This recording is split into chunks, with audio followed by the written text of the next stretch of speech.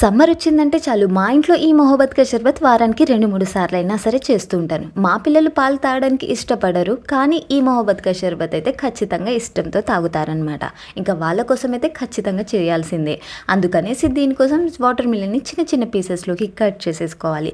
ఇవన్నీ కూడా ఒక జార్‌లో లేదా ఒక బౌల్‌లో వేసేసుకోండి. ఇప్పుడు ఇందులో యాడ్ చేసుకుందాం సబ్జా సీడ్స్ అండ్ మిల్క్.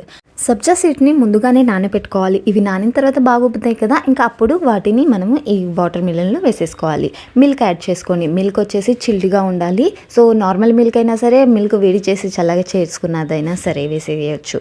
అండ్ ఇందులో యాడ్ చేసుకుందాం రూఅబ్జా. ఈ రూఅబ్జా వచ్చేసి మనకు ఆన్‌లైన్‌లో అవైలబుల్‌గా ఉంటుంది. డీమార్ట్‌లో అయితే విచ్చలవిడిగా అమ్ముతున్నారు. తీసేసుకోండి. ఎక్కువ స్వీట్ ఇష్టపడే వాళ్ళైతే ఎక్కువ యాడ్ చేయండి. లేదంటే లైట్‌గా అయినా సరే యాడ్ చేసేసుకొని ఒకసారి మంచిగా మిక్స్ చేసేసుకోండి.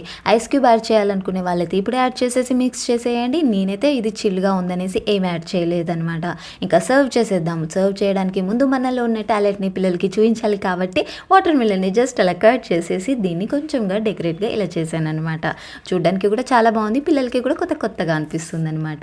అందుకనేసి ఇంకా నేను టేస్ట్ చేశాను. చాలా యమ్మీగా ఉంది. మనం టేస్ట్ చేసిన తర్వాతే పిల్లలకి సర్వ్ చేస్తాము.